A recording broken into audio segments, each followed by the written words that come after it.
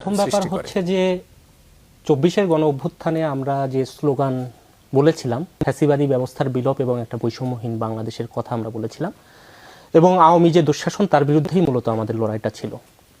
৭১-এ আমাদের যে লড়াইটা ছিল সেটাও কিন্তু পাকিস্তানি যে শোষণ বৈষম্য তার বিরুদ্ধে আমাদের লড়াই ছিল। ফলে আমি যদি ৭১-কে ধারণ না করতে পারি তাহলে ২৪-কে ধারণ করতে পারবো না, এবং ২৪-কে ধারণ না করলে ৭১-কেও ধারণ করতে পারবো না। এবং ইতিহাসে প্রত্যেকের যে ভূমিকা, সেই ভূমিকা বারে বারে আলোচিত হবেই। যেমন ২৪-এর গণ অভ্যুত্থান যখন আলোচনা হবে, আওয়ামী লীগের কি ভূমিকা ছিল স্বাভাবিকভাবে সেই আলোচনা আসবে। তেমনি ৭১-এর আলোচনা যখন আসবে, এবং এটা খুবই গুরুত্বপূর্ণ, আমাদের জাতির ইতিহাসে সবচেয়ে গুরুত্বপূর্ণ অধ্যায় মুক্তিযুদ্ধ এবং ৭১, আমরা একটা স্বাধীন রাষ্ট্র পেয়েছি।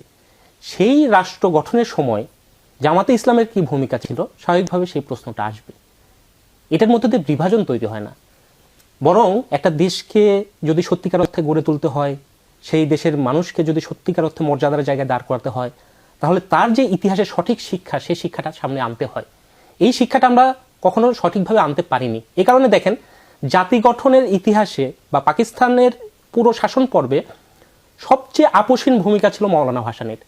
অথচ আপনারা দেখবেন যে মওলানা ভাসানী কিন্তু আড়াল হয়ে গিয়েছে। সাম্রাজ্যবাদ, সামন্তবাদ এবং শোষণ বৈষম্যের বিরুদ্ধে তার অবস্থান ছিল, সেই বিষয়গুলো অনেক আড়াল হয়ে গিয়েছে।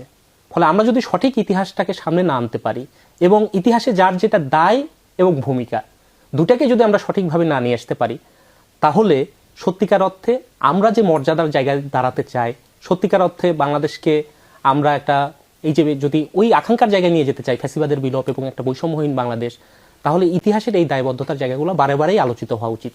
একটা অন্যায়ের বিরুদ্ধে আমি লড়াই করবো, আর একটা অন্যায়ের পক্ষে আমার সমর্থন থাকবে, এবং সেটার জন্য আমার সেই অনুশোচনা থাকবে না, ক্ষমা থাকবে না, এটা কখনো হয় না। বৈষম্যের বিরুদ্ধে লড়াই দুইটাই ছিল, বৈষম্য এবং শোষণের বিরুদ্ধে লড়াই। আমি বিষয়টাকে এভাবে দেখি, এবং আমাদের মনে হয় যে এই জায়গা থেকে দেখা দরকার। জামাতে ইসলামী যে কাজটা করছে সেটা হচ্ছে সে ২৪-কে ৭১ দিয়ে রিপ্লেস করতে চাচ্ছে, যেটা ঐতিহাসিকভাবে কখনোই বাংলাদেশের জনগণ মেনে নেবে না। আমরা মনে করি ৭১, ৯০, ২৪ এই সমস্ত কিছু এক সূত্রে গাথা, এটাকে একটাকে অস্বীকার করলে আরেকটাকে ধারণ করা যায় না। ফলে যারা ২৪-কে সত্যিকার অর্থে ধারণ করতে চায় তারা ৭১-কে ধারণ করবেই, ৭১-কে ধারণ না করলে ২৪-কে ধারণ করতে পারবে না। এটাই আমাদের অবস্থান।